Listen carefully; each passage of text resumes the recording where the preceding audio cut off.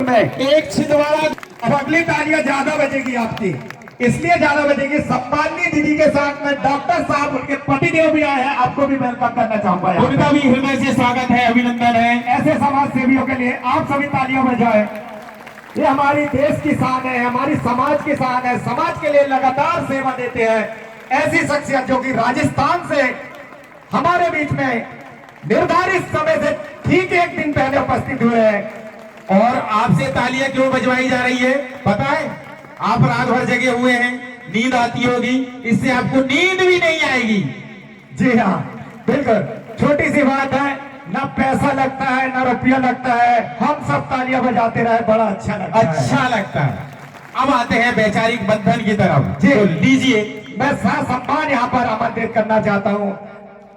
मैं आप लोगों से अनुरोध करूंगा कि ये मंच जो है वैचारिक मंच है और युवा शक्ति, युवा माता बहने, हमारे अतिथिगण और वैचारिक मंथन करने जो हमारे समाज से भी यहाँ पर आए हुए हैं, उनसे निवेदन है और हमारे अतिथि मीना जी से भी निवेदन है कि समाज के लिए हम ऐसा कौन सा उत्थान करें जिससे हमारा समाज अग्रिम रूप की ओर दौड़ता चला जाए। और आप लोग ध्यान से सुने इस चीज को, क्योंकि ये समाज के बहुत नजदीक हैं और इन्होंने समाज के लिए ऐसे काम किए हैं जो आज मध्य प्रदेश की धरती में इमली खेड़ा के गोटुलकर जहां पर उपस्थित है।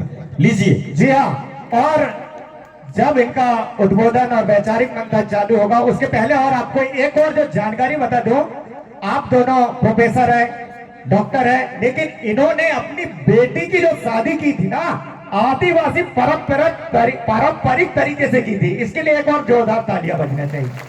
नहीं अक्सर होता क्या है, शहर में चले गए, सूट बूट डाल लिए और लॉन में चले गए और लॉन के स्टाइल में शादी कर दिए। लेकिन डॉक्टर मीना जो है, डॉक्टर दंपति, उन्होंने एक बहुत बढ़िया उदाहरण हमारे बीच में प्रस्तुत किया है। अब मैं अपनी बात को यहाँ से विराम देता हूँ। जी, थोड़ी सी दीदी हमारे बीच में एसडीओ साहब, सम्मान्य श्री सरवन मरकाम सर उपस्थित हो गए हैं, बैतूल से हमारे आग्रह पर उपस्थित हुए। साथ ही दोनों एसडीओ सर, आप दोनों से आग्रह, उट्टी सर और मरकाम सर एक बार स्वागत के लिए जाए। और हमारी टीम लगातार, ये भी वो कलाकार हैं मरकाम जी, जिन्होंने हमारे बीच में आकर के आप सभी का सम्मान और उनका खुद का सम्मान बढ़ाया। जोरदार तालियों से स्वागत करें। बहुत बढ़िया, आप सभी जिस प्रकार से जुड़े हैं बहुत ही बढ़िया लग रहा है, बहुत ही बढ़िया लगता है। एकता में बहुत बल है, एकता में बहुत बल है और हर समस्या का तुमने हल निकाला है, ये हल तुमको ही निकालना है। बीरबल कौरेती जी वे भी मंच पर आ जाएं, उनका भी हार्दिक सब अभिनंदन है, स्वागत है, वंदन है।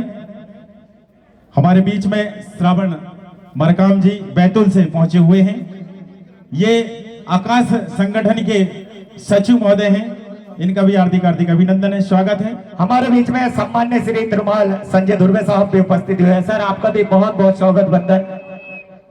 सम्मान्य श्री संजय धुर्वे साहब,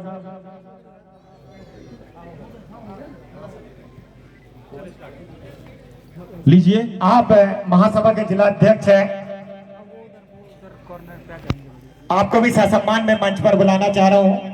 कार्यक्रम अपना आपका अपना है, बिल्कुल धैर्य बनाए रखें। और ये कार्यक्रम और जिस प्रकार से अतिथियों का आगमन हो रहा है, तो आप अपने आप में समझ सकते हैं कि कितना विस्तृत और विशाल रूप में यह कार्यक्रम होने जा रहा है।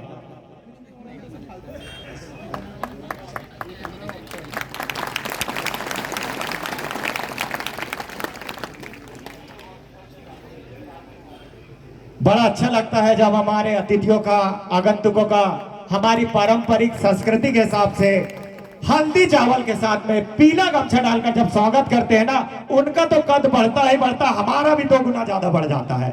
ये हमारी संस्कृति की विशेष पहचान है।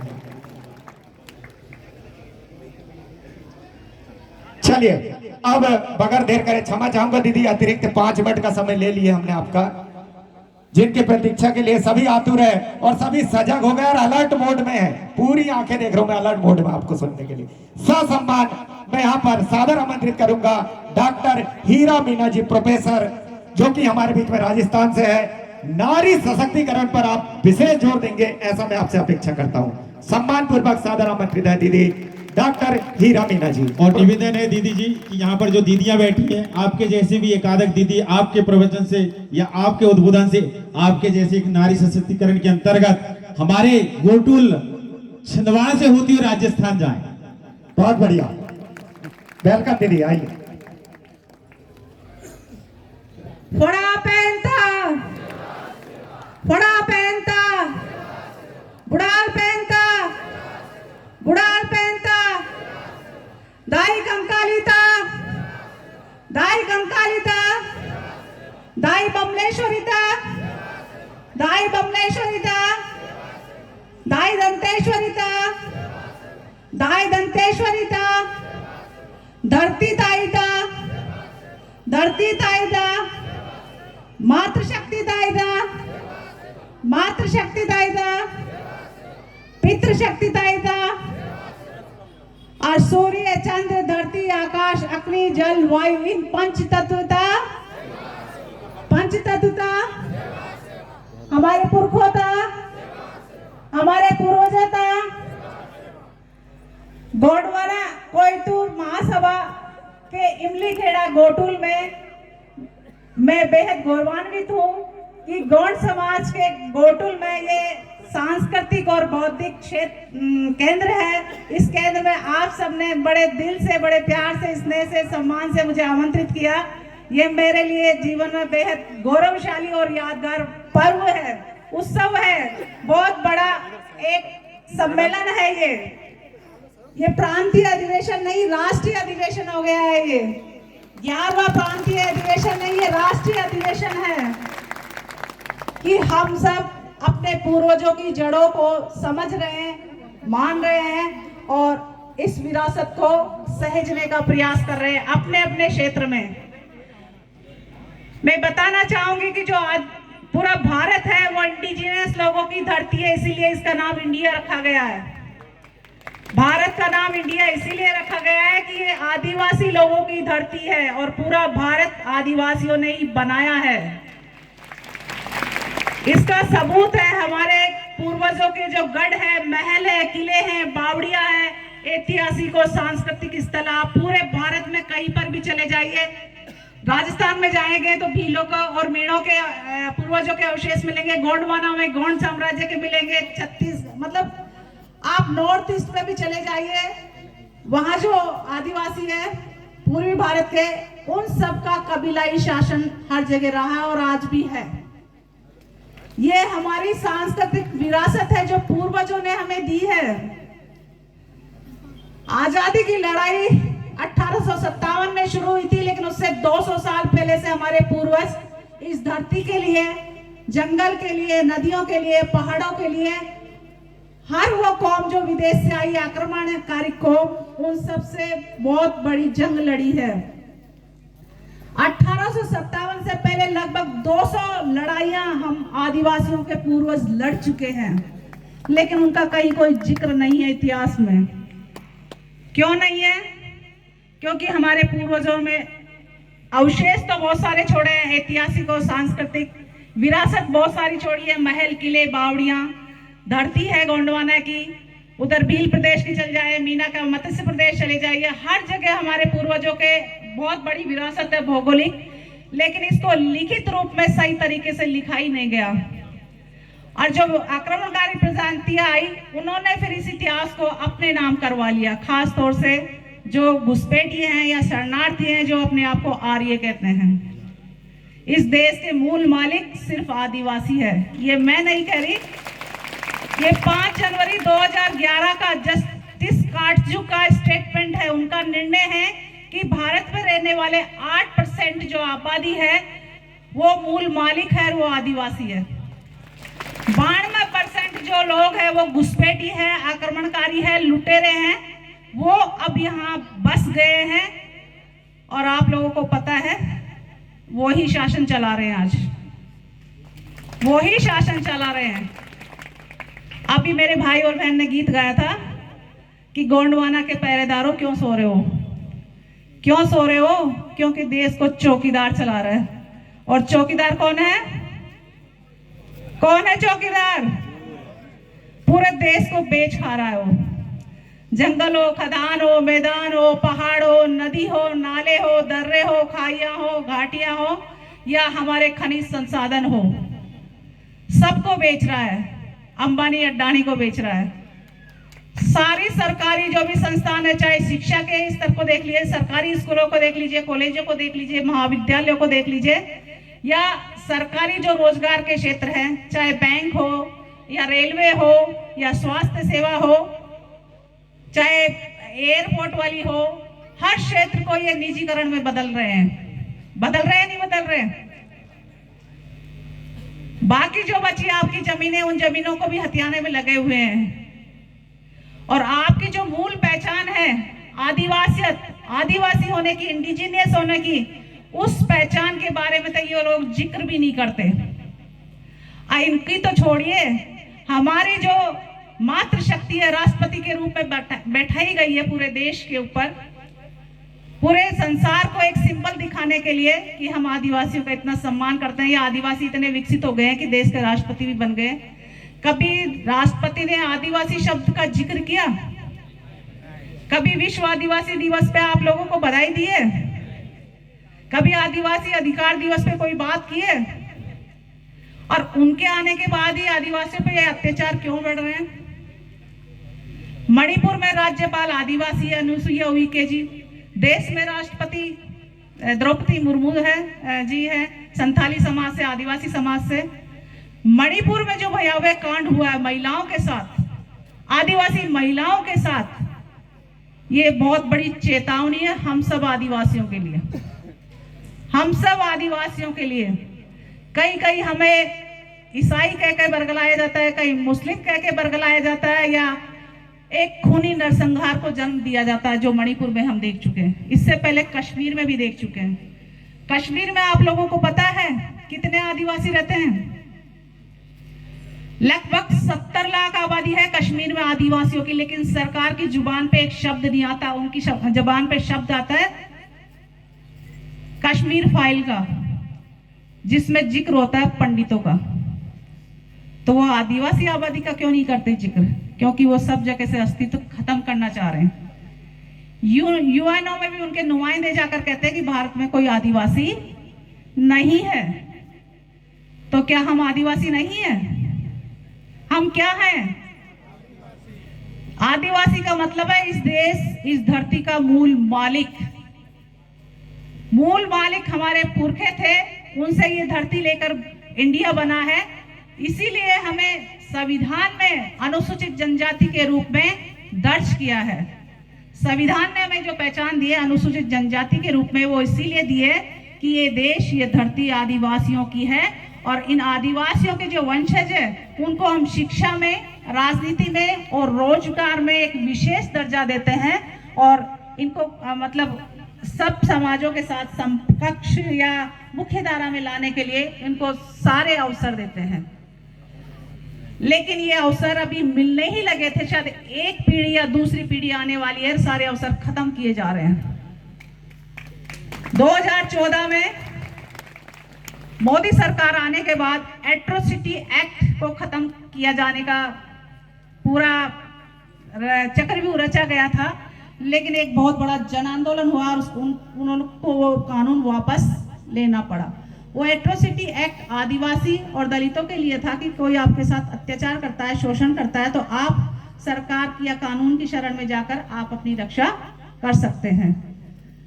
दूसरा था, इन्होंने 14 पॉइंट रोस्टर लागू किया था महाविद्यालयों में, कॉलेजों में, जिसमें आरक्षण में तो आदिवासियों को 14वां पॉइंट दे दिया कि 100 में से जो 14वीं पोस्ट बनेगी वो आदिवासी की होगी। लेकिन इन्होंने 13 पॉइंट रोस्टर लागू करके उस पोस्ट को ही खत्म कर दिया, आदिवासियों को वहां से बाहर निकाल दिया। यह है अच्छे दिनों की सरकार। जो वो कहते हैं ना, हाथी के दांत दिखाने के और होते हैं, खाने के और होते हैं। तो इन्होंने दांत तो दिखा दिया। अच्छे दिनों की सरकार सेवक है, प्रधान सेवक है, या सेवा के लिए आए हैं, अच्छे दिन दिखाने के लिए आए हैं, लेकिन ये आदिवासियों को सबसे बुरे दिन दिखाने के लिए आए हैं। ये आरएसएस के थ्रू चल रहे हैं। आरएसएस संघियों की सरकार है, वो पूरे देश में मनुवाद को लागू करना चाहती हैं और ब्राह्मण क्षत्रिय वैश्य शूद्र ये 4 वर्ण हिंदू धर्म में आते हैं। क्या हम इन 4 वर्णों में आते हैं? नहीं नहीं नहीं नहीं नहीं। ब्राह्मण क्षत्रिय वैश्य शूद्र ये 4 वर्ण हिंदू धर्म में आते हैं, तो हमारे समाज के लिए वो अपने आप को हिंदू क्यों मानते हैं? ये बहुत बड़ा सवाल है मेरा आप सभी से, पितृशक्तियों से, मातृशक्तियों से, युवा पीढ़ी से जो काल्पनिक चरित्रों को मानने लग गई है, बाजारवाद के प्रभाव में आ गई है, या धर्मांधता के प्रभाव में आ गई है, या सरकार द्वारा जो साम दाम दंड भेद के षड्यंत्र जो चलाए जा रहे हैं, प्रशासनिक रूप से, धार्मिक रूप से, आर्थिक रूप से, हर तरीके से उसके चंगुल से आप लोगों को बचना होगा। बचेंगे नहीं बचेंगे? आप बचेंगे अपने पूर्वजों की विरासत को सहेजेंगे जब, उनकी भाषा को, उनकी संस्कृति को, उनके जो पारंपरिक जो रीति रिवाज थे उनको, जो सबके लिए आज भी बहुत विशेष फलदायी है। ये देवगढ़ के राजा जो जाटवा जी रहे हैं और यहाँ के जो बादल भोई जी रहे हैं, उनके और उनके पूर्वजों की बहुत बड़ी बलिदान किया, संघर्ष किया, शौर्य गाथाओं की ये धरती है। इस धरती में उन्होंने इतिहास रचाया और उनके अवशेष आज भी वो बयां कर रहे हैं उनकी दास्तां। तो आप और हम मिलकर क्या नहीं कर सकते, जो आज पढ़ाई से भी जुड़ गए हैं, भाषा के माध्यम से, संपर्क भाषा के माध्यम से अपने विचारों का आदान प्रदान भी कर रहे हैं और सक्षम भी हैं कि हम एक दूसरे की आवाज बने, ताकत बने और अपने अपने समाज की अस्मिता, अस्तित्व और स्वाभिमान को बरकरार रखें। जैसे भील समाज की भीली भाषा है, आप गोंड समाज की गोंडी भाषा, संथालों की संथाली भाषा, मीणाओं की मीणी भाषा है, तो हम इन भाषाओं को अपने पूर्वजों से और अपने जो बूढ़े बुजुर्ग माता पिता या दादा दादी या नाना नानी है उन सब से सहज सकते हैं। हम अपनी भाषा को सहेजेंगे तो उसमें संस्कृति भी सहज पाएंगे, परंपराओं को भी सहज पाएंगे और अपने इतिहास और अपनी विरासत को भी सहज पाएंगे। उसमें छोटे छोटे गीत है, कहानियां हैं, बड़ी ऐतिहासिक विरासत छुपी हुई है उसमें। और आपका जो गौरवशाली वैभव है या गौरवशाली जो अतीत है, उस अतीत को जब आप जानेंगे तो आपको काल्पनिक चरित्रों की कहीं कोई जरूरत नहीं पड़ेगी, क्योंकि हमारे पूर्वजों ने और हमारी मातृशक्तियों ने इन 2 बाजुओं से ही जाने कितनों से लोहा लिया है और उनको नाको चने चबाए। रानी दुर्गावती का उदाहरण बताया अभी। रानी दुर्गावती गढ़मंडला की रानी रही है और उन्होंने 15-16 साल शासन किया है। क्या कोई और रानी का ऐसा उदाहरण है? उन्होंने अकबर की सेना से लोहा लिया था। अकबर की सेना ने गढ़मंडला पर शासन करने के लिए उन पर आक्रमण किया, लेकिन रानी ने उनकी सेना को नाक चने चबाए थे। क्या कोई देवी देवता आके बचाया था उनको? किसने बचाया? रानी दुर्गावती ने। ऐसे ही पूरे देश भर में हमारे जो नायक और नायिका है, उन्होंने अपने अपने समाज, अपनी अपनी संस्कृति, अपने अपने राज्य को बचाया है। वहां कोई काल्पनिक नहीं आया है उतर के। और ये काल्पनिकता के जो ग्रंथ है, महाग्रंथ है, चाहे रामायण हो या महाभारत हो या वेद हो या पुराण हो, ये सब आपको भ्रमित करने के लिए, बेवकूफ बनाने के लिए रचे हैं। और ये किसने रचा है? सोचिए, रामायण और महाभारत में सिर्फ 2 परिवारों की कहानी है। 2 परिवारों की कहानी है। भाइयों में संपत्ति विवाद का बंटवारे की कहानी है और घर से निकाले गए लोगों की कहानी है। रामायण में भी घर से निकाला गया, महाभारत में भी घर से निकाले गए। कौन थे वो? 2 परिवार खुद सगे भाई बंदी तो थे। उन्होंने दोनों में ही देखिए अपनी अपनी पत्नियों को दांव पे लगाया और अपने बाप दादाओं को मारकर सत्ता हासिल की है। तो जब वो अपने बाप दादाओं के, अपनी पत्नियों के, अपने बच्चों के नहीं हुए तो वो आपके रक्षक कैसे होंगे? बहुत बढ़िया। सोचिए, रामायण में जो राम को मर्यादा पुरुषोत्तम कहते हैं, मैं कहती हूँ वो मर्यादा का सबसे दुष्चरित व्यक्ति था। उसने, उसके सामने उसके भाई ने किसी महिला का नाक काट दिया तो वो क्यों नहीं बोला? मर्यादा पुरुषोत्तम तो वो होना चाहिए कि सबकी बहन बराबर होनी चाहिए ना, बहन बेटी। तो क्यों नहीं बोला वो? और क्यों उसने फिर भाई से भाई को लड़ाया? पूरी कहानी में देखिए, आदिवासियों का ही सब जगह साथ लिया, चाहे वो हनुमान के रूप में हो, चाहे वो सुग्रीव के रूप में हो, चाहे वो जामवंत के रूप में हो, चाहे वो शबरी के रूप में हो। कौन थे ये?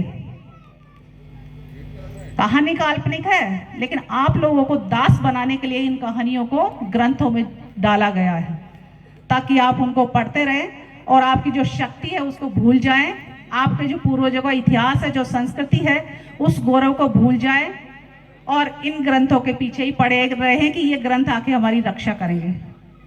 अरे वो कागज के पुर्जे क्या रक्षा करेंगे जो झूठ कपट से भरे हुए हैं? आपके पूर्वजों का जो गौरवशाली इतिहास है ना, आपको जो खून मिला, आपको जो जिन्स मिले, वो ही आपकी रक्षा करेगा। और ये हम आदिवासियों की बहुत बड़ी विरासत है। इसीलिए आदिवासियों ने जो जंग लड़ी थी, हर उस विदेशी से, हर उस आक्रमणकारी से, चाहे उस घुसपैठी से, चाहे वो शक हो या हूण हो, कुषाण हो, तुर्क हो, मुगल हो या अंग्रेज हो, इन सब से लोहा लिया आदिवासियों ने। इन्होंने लोहा लिया है, इसीलिए हम सबको, हमारे पूर्वजों को 1871 में क्रिमिनल ट्राइब एक्ट नाम से एक बहुत बड़ा कानून बनाकर लगभग पूरे देश में 500 चौकियां बनाकर हमारे पूर्वजों पर नकेल कसने का प्रयास किया था। 500 चौकियां बनाकर, सोचिए, कहीं आने जाने नहीं दिया जाता था। आने जाने से पहले उस चौकियों में हाजिरी देनी पड़ती थी सुबह और शाम। जब सुबह और शाम आप हाजिरी देंगे तो दूसरी जगह कैसे जाएंगे? और मीणा समुदाय में क्रिमिनल ट्राइब एक्ट हर उस मतलब जन्म लेने वाले बच्चे को भी थाने में दर्ज करवाना होता था कि हमारे घर में बच्चे ने जन्म लिया। और जब वो 12 साल का हो जाता था तो उसको हाजिरी देने जाना होता था सुबह और शाम थाने में, और उस थाने में उनके साथ बहुत अत्याचार होते थे। कईयों को तो मतलब मार दिया जाता था, गायब कर दिया जाता था, पता ही नहीं चलता था, जैसे आज भी कर रहे हैं ये लोग। आज जो सरकार के खिलाफ, प्रशासन के खिलाफ या इनकी कुनीतियों के खिलाफ जो भी बोल रहा है, आप लोगों को पता है किस तरीके से ये गायब कर रहे हैं, किस तरीके से ये मतलब अपराध लगाकर, और हर आदिवासी क्षेत्र में से जल जंगल जमीन को हथियाने के लिए ये नक्सली या उग्रवादी करार देकर हर जगह प्रशासनिक कार्रवाई करवा रहे हैं। प्रशासन के द्वारा ये नकेल कस रहे हैं आप सब पर। तो अब एकजुट होना होगा, क्योंकि जंगल खदानों के मालिक आप और आपके पूर्वज रहे हैं। आज भी जंगल, नदियां, पहाड़ वहीं बचे हैं जहां आप बसे हुए हो। शहरों में है क्या जंगल, नदियां, पहाड़? आपका पानी शहरों में जा रहा है, आपके जो खदानों के जो खनिज है वो शहरों में जा रहे हैं। आपकी जो ऊर्जा है, बांध आप लोगों के लिए बनाए गए, लेकिन उसका पानी आपको नहीं मिल रहा, वो महानगरों में जा रहा है। बांध से जो बिजली बनती है वो आप लोगों तक नहीं पहुंचती, लेकिन वो महानगरों में पहुंच रही है। आपके जो संसाधन है वो विकास के नाम पर महानगरों में जो तथाकथित गैर आदिवासी लोग हैं उन तक सुविधा मुहैया करवाई जा रही है, जबकि आप लोगों के पास मूलभूत सुविधाएं भी नहीं है। जीवन जीने की मूलभूत सुविधाएं भी आप लोगों को नहीं दी गई है, लेकिन आपकी सुविधाओं को छीन कर वहां पर ले जाया जा रहा है। इन चीजों को, इन साजिशों को आप सबको सहेजना होगा, समझना होगा और इनको बचाना भी होगा। और इनको बचाने का सबसे बड़ा तरीका है कि आप अपने बच्चों को अच्छी शिक्षा दिलवाइए। अच्छी शिक्षा दिलाने के लिए अच्छा स्वास्थ्य रखिए। अच्छा स्वास्थ्य रखने के लिए आप अच्छा खान पान रखिए। अच्छा खान पान आप तभी रखेंगे जब आपकी अच्छी आदतें होंगी, और अच्छी आदतें आप तब रखेंगे जब आप में एक स्वस्थ दिमाग होगा। चाहे वो कितना ही पढ़ा लिखा हो या कितना ही अनपढ़ हो, लेकिन स्वस्थ दिमाग दोनों में होना बहुत आवश्यक है। आवश्यक है ना? और जो भी गलत शौक है या जो भी बीमारियां हैं, चाहे वो शराब की हो, गुटखे की हो, पान की हो, तंबाकू की हो, अय्याशी की हो, लड़ाई झगड़े की हो, ये सब आपने खुद ने पैदा किए तो आप खुद ही उसको मिटाएंगे।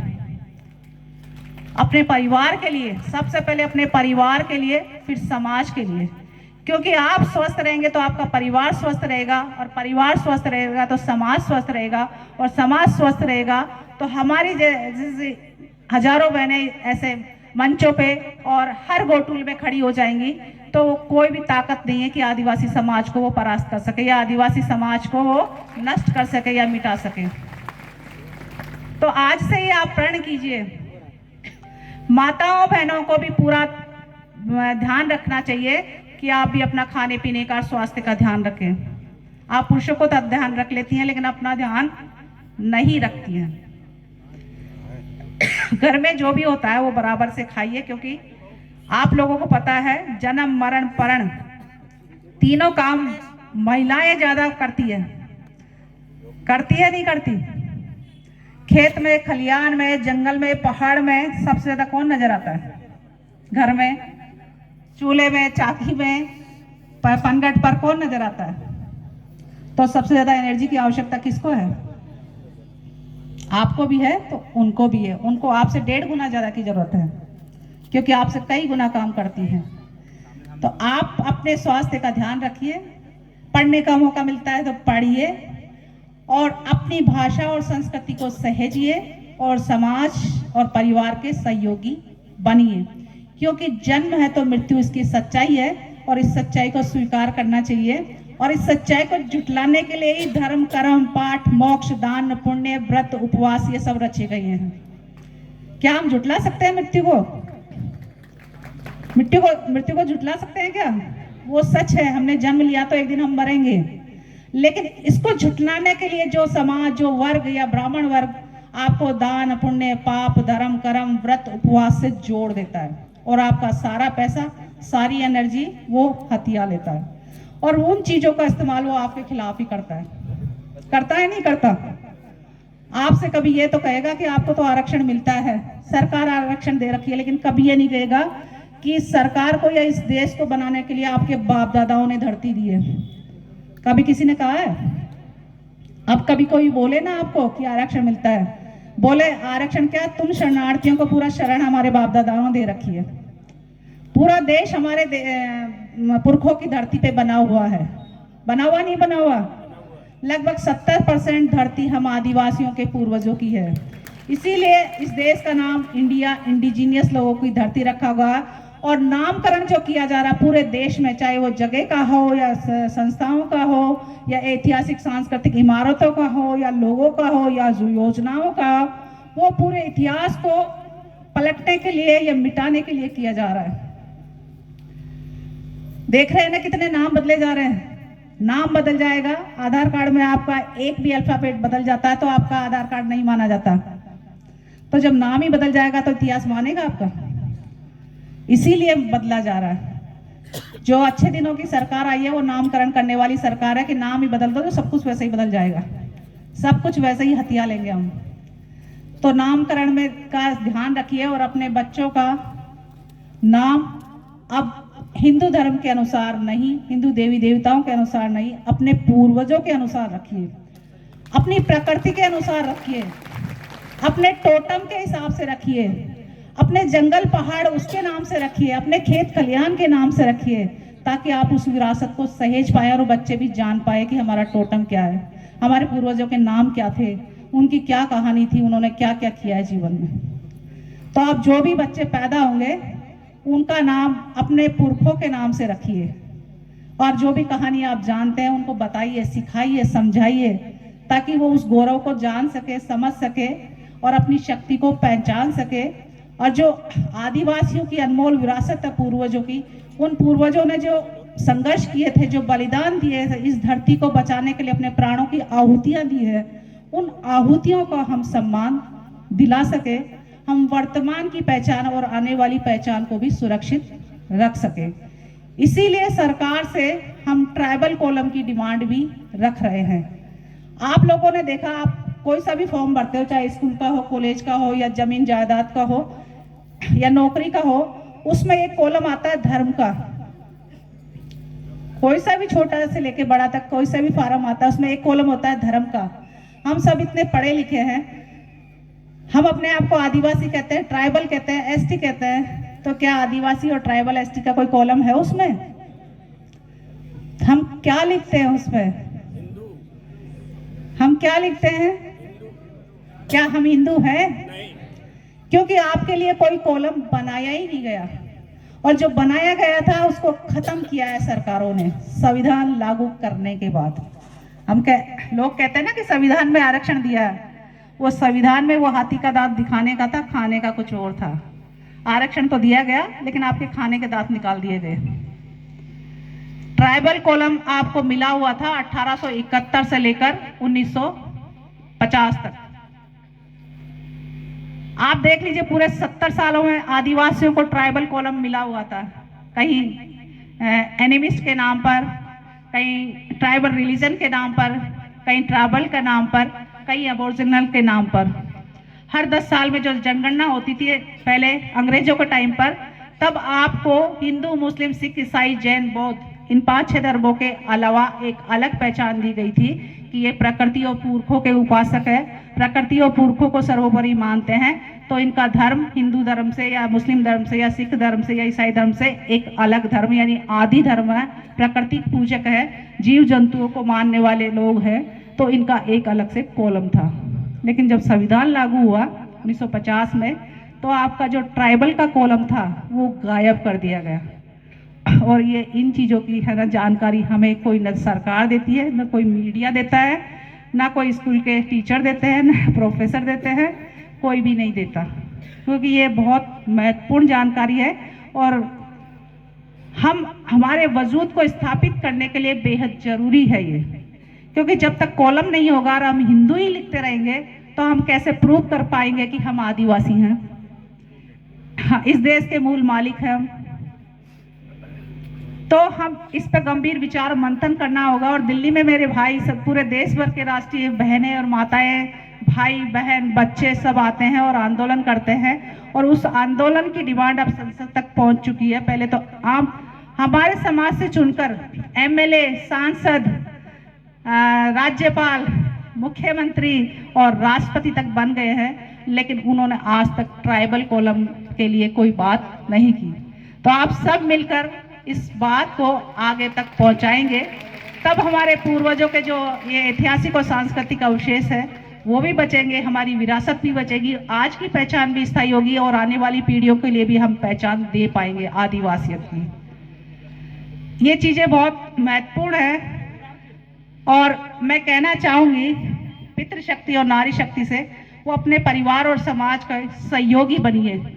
हमारे समाज में मातृशक्तियां, पितृशक्तियां सब बराबर रही है, बल्कि पितृशक्तियां पीछे रहती है, मातृशक्तियां 2 कदम आगे रहती है। स्वीकारते हैं आप, जन्म मरण परण वो खुद करती रही है। आज से मतलब 30-35 साल, 40 साल पहले जन्म भी वही देती थी, पालती पोसती वही थी, घर परिवार भी वही बनाती थी, सब कुछ वही करती थी। आज भी अधिकतर जिम्मेदारी वो खुद निभा रही है। तो महिलाओं को भी अपनी ताकत को समझना चाहिए, जानना चाहिए, और जो पाखंड है, जो बाह्य आडंबर है, उन सब से दूर रहकर और समाज को एक दिशा देने के लिए आपको कोई तोड़ परंपरा या पुरखा परंपरा या आदिवासी परंपरा के तहत अपने सांस्कृतिक और धार्मिक या वैवाहिक कार्यों का आयोजन करवाना चाहिए, ताकि जो ब्राह्मणवाद का नासूर है या ब्राह्मणवाद का जो वायरस है या ब्राह्मणवाद का जो एंटीना है, वो आपके समाज से अपने आप ही गायब हो जाएगा। वो पाखंडवाद की चीजें हैं, वो अपने आप आपके समाज से दूर हो जाएगी।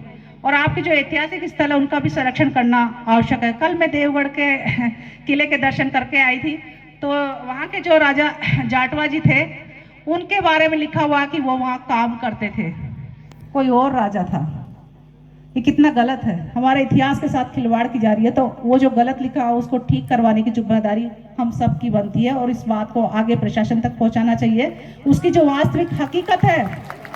और ये इसी स्थल की नहीं, हर स्थल की है। जैसे आमागढ़ में मैंने पहली बार, आप लोगों ने देखा सोशल मीडिया पर, भगवा झंडा हटाया गया था, आरएसएस ने झंडा लगा दिया था। वो ऐतिहासिक स्थल है मीणा समाज का, मीणा समुदाय का, उस पर आरएसएस ने झंडा लगाकर जय श्री राम लिखकर कब्जा करने की कोशिश की थी, लेकिन समाज की समझाइश और पूरे पंचायती फैसले से उस झंडे को हटाया गया और वो सोशल मीडिया पर काफी प्रसारित हुआ था। सिर्फ मेरे एक आर्टिकल से और समाज को जागरूक करने से वो झंडा हटाया गया। उसके बाद फिर मानगढ़ में हुआ, मानगढ़ में भी ऐसे ही भगवा झंडा लगाया गया था, लेकिन वहाँ पूरा समाज उपस्थित होकर उस झंडे को उखाड़ पड़ा, क्योंकि हमारे पूर्वजों की जो ऐतिहासिक और सांस्कृतिक इमारत है वो हम सब की पहचान है। उस पहचान को मिटाने के लिए ही वहाँ भगवाकरण किया जा रहा है। चाहे राम हो, चाहे श्याम हो, चाहे लक्ष्मी हो, चाहे हनुमान हो, चाहे परशुराम हो, इन सबको वहाँ घुसाया जा रहा है। उन सबको वहाँ मत घुसने दीजिए, क्योंकि वो आपके पूर्वजों की अनमोल विरासत है। समय बहुत कम है और ये प्रकृति और पुरखा शक्तियों की देन है। देखिए मीडिया पर था कि बारिश होगी, भारी बारिश, लेकिन आपके पूर्वज देखिए कितने पावरफुल है कि मौसम को भी वो आपके अकॉर्डिंग कर जोरदार रहे हैं। तालियां बजाकर स्वागत करें।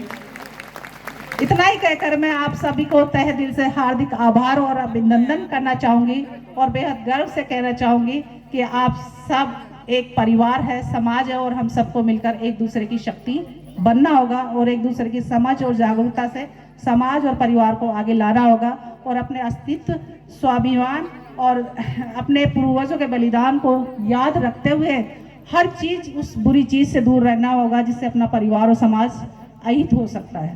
हित वाली चीजें सारी रखिए, अहित वाली चीजें दूर रखिए। बहुत बहुत धन्यवाद।